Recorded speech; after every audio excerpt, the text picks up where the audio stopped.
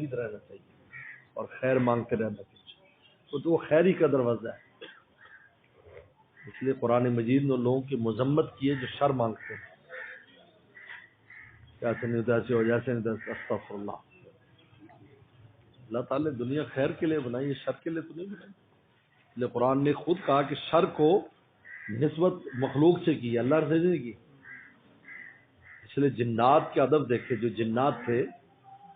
جب سورہ جن نازل ہوئی تو جنات کے ایک ادب بیان کیا گیا۔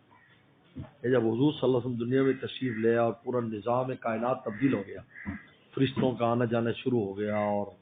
عجیب حالات ہو گئے، اور جنات اور شیاطین سب بھاگ دوڑ لگ گئی ان کی، تو پہلے قبضہ تھا ان کا ہر ایک جگہ پر، یعنی کسی جگہ سے گزر نہیں سکتے تھے۔ اگر ہمیں یہاں سے منشن باد جانا ہوتا نا، تو ہمیں راستے میں جو جنات کے سردار سے اجازت لینی پڑتی کہ ہم نے یہاں سے گزرنا، وہ گزرنے نہیں دیتے تھے، یہ حالات تھے۔ حضور صلی اللہ علیہ وسلم آئے تو فرشتوں نے پھر ان کی جو مار داڑ شروع کی، پہاڑوں میں اور جنگلوں میں بھگا دیا، جگہ خالی ہو گئی، کوئی اب کسی کی ضرورت نہیں، کسی سردار کی، کسی جن کی ضرورت نہیں۔ تو انہوں نے جو آیات نازل ہوئی تو جنات نے کہا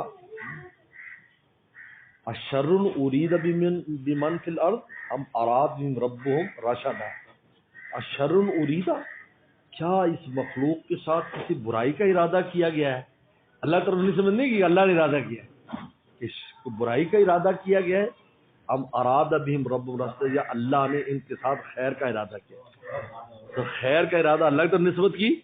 اور شر کے ارادے کی نسبت نہیں کی، کیونکہ اللہ تعالیٰ نے دنیا خیر کے لیے، شر کے لیے نہیں بنائی، خیر کے لیے بنائی، اس میں خیر ہی خیر رکھی ہر جگہ پر، آپ اس کو خود شر بناتے ہیں۔ اس لیے کہتے ہیں جو حرام رزق ہے، یعنی کسی سے پوچھا، عقائد کا مسئلہ ہے کہ حرام چیز آپ کے رزق میں داخل ہے یا نہیں، تو انہوں نے کہا کہ اصل میں وہ آپ لکھا ہوا ہے کہ یہ اتنا ان کا رزق ہے، اب اس کے آنے کے دو راستے ہیں، ایک حرام ایک حلال ہے۔ صبر کر لیتا ہے تو وہ حلال سے آ جاتا ہے، جب صبر نہیں کرتا اور حرام سے لیتا ہے تو وہ کٹوتی ہو جاتی ہے اس کی رزق کی، لیکن لینے کی وجہ سے حرام ہو گیا، پکڑ بھی ہوگی، پٹائی بھی ہوگی، تو حرام بھی رزق کا حصہ ہے، ایسا نہیں کہ حرام الگ کوئی چیز ہے۔ آپ نے انسان اس رزق حلال کو خود حرام کرتا، اگر تھوڑا صبر کرتا، کوئی تھوڑی دیر کے بعد یا کچھ عرصے کے بعد، حضرت شیخ عبد القادر جیلانی رحمۃ اللہ علیہ کا بڑا مشہور قصہ ہے کہ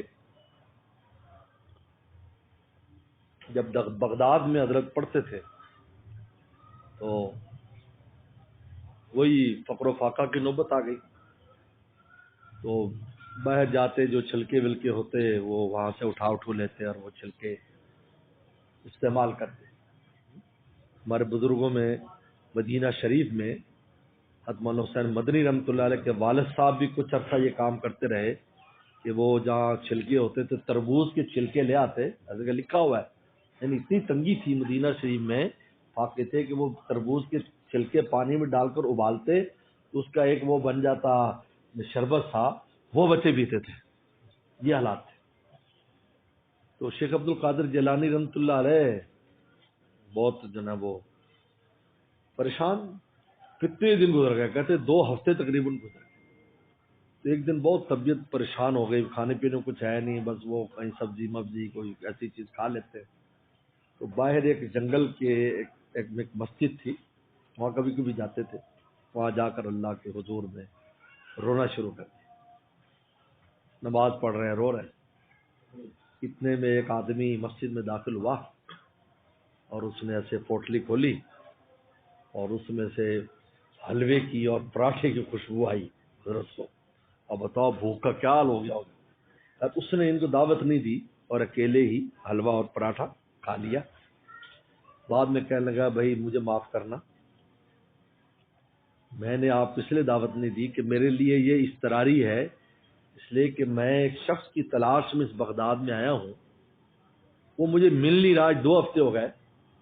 تو میں اس لیے اس کے اب میرے اپنے پیسے بھی ختم ہو گئے، تو اس کے جو امانت میرے پاس تھی وہ اس میں سے یہ لیا ہے، تو چونکہ میں خود بغیر اجازت کے کھا رہا ہوں تو میں اس لیے آپ کو شامل نہیں کیا، کیونکہ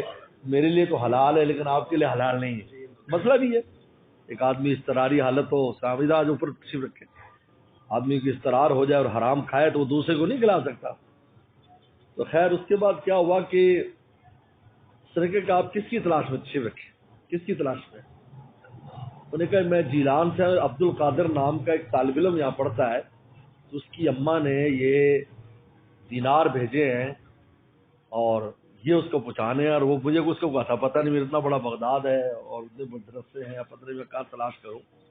حضرت دوبارہ سجدے میں گر پڑے اور رونے لگے. تو وہ آدمی بڑا حیران ہوا, تو سر اٹھایا کہ اللہ,